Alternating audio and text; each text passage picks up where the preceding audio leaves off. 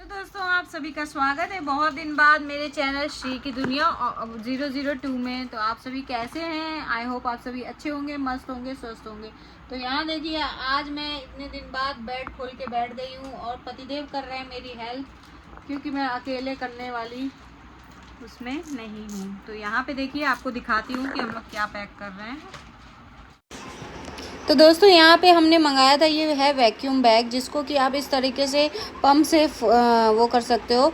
यहाँ पे जितने भी आपके ब्लैंकेट्स वगैरह ठंडी के रहते हैं, कपड़े वगैरह या एक्स्ट्रा क्लोथ्स कुछ भी रहता है ना, तो आप उसको इस तरह से पैक कर सकते हो। ये जगह भी बहुत कम लेता है और बहुत ही रीज़नेबल प्राइस में मिलता है। ये बस 250 समथिंग का हमने 6 मंगाया है।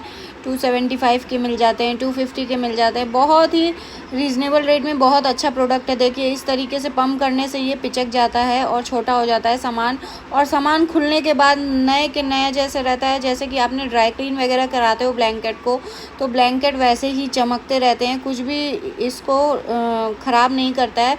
तो यहाँ पतिदेव वही मेरी हेल्प कर रहे हैं, क्योंकि अब मुझे ये सब सामान अंदर रखना है। ठंडी का जितना भी सामान है सब मैं पैक करके अच्छे से रख दे रही हूँ, क्योंकि यहाँ पे ठंड पड़ती नहीं है और ये सब की ज़रूरत नहीं पड़ती। तो ये मैंने मंगाया था मीशो से ऑनलाइन।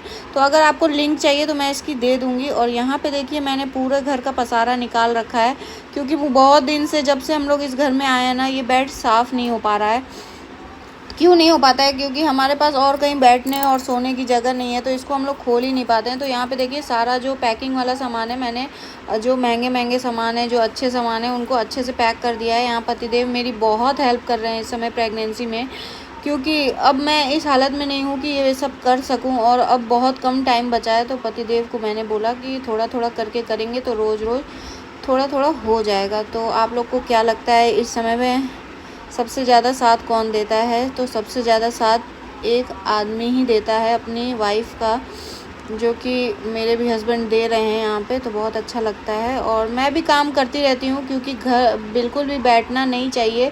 अगर आप बैठ जाओगे तो फिर आपको दिक्कतें आएंगी डिलीवरी के टाइम पे।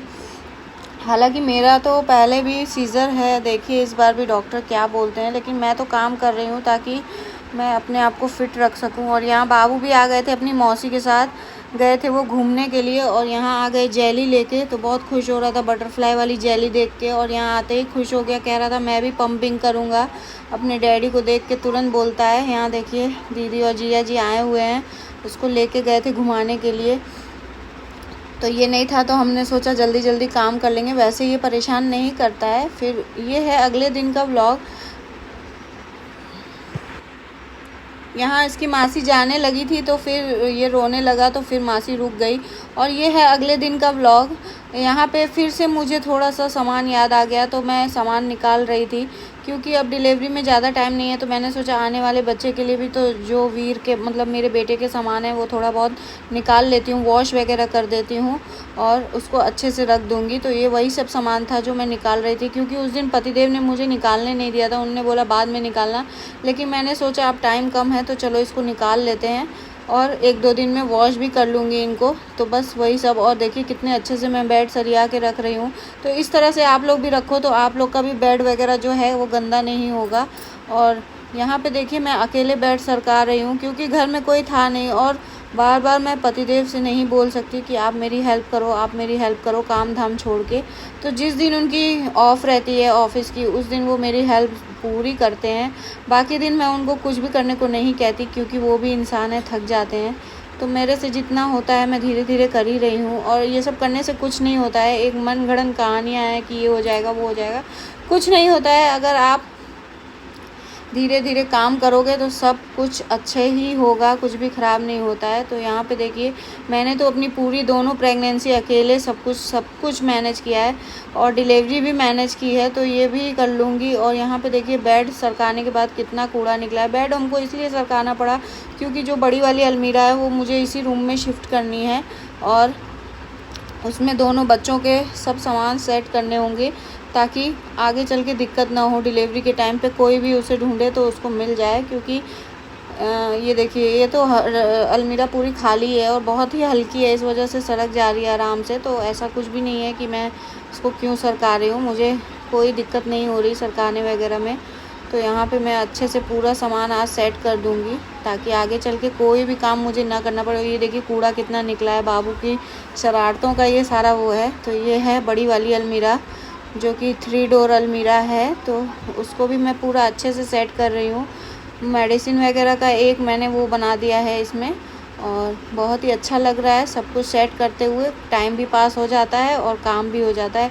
तो आप लोग ब्लॉग में अगर नए हैं तो चैनल को सब्सक्राइब ज़रूर कर लीजिएगा और बहुत ही अच्छे से मेरे वीडियोस को खूब सारा प्यार दीजिए, खूब सारा सपोर्ट करिए ताकि मैं जो ये संघर्ष वाली ज़िंदगी जी रही हूँ उसमें मैं आगे बढ़ सकूँ।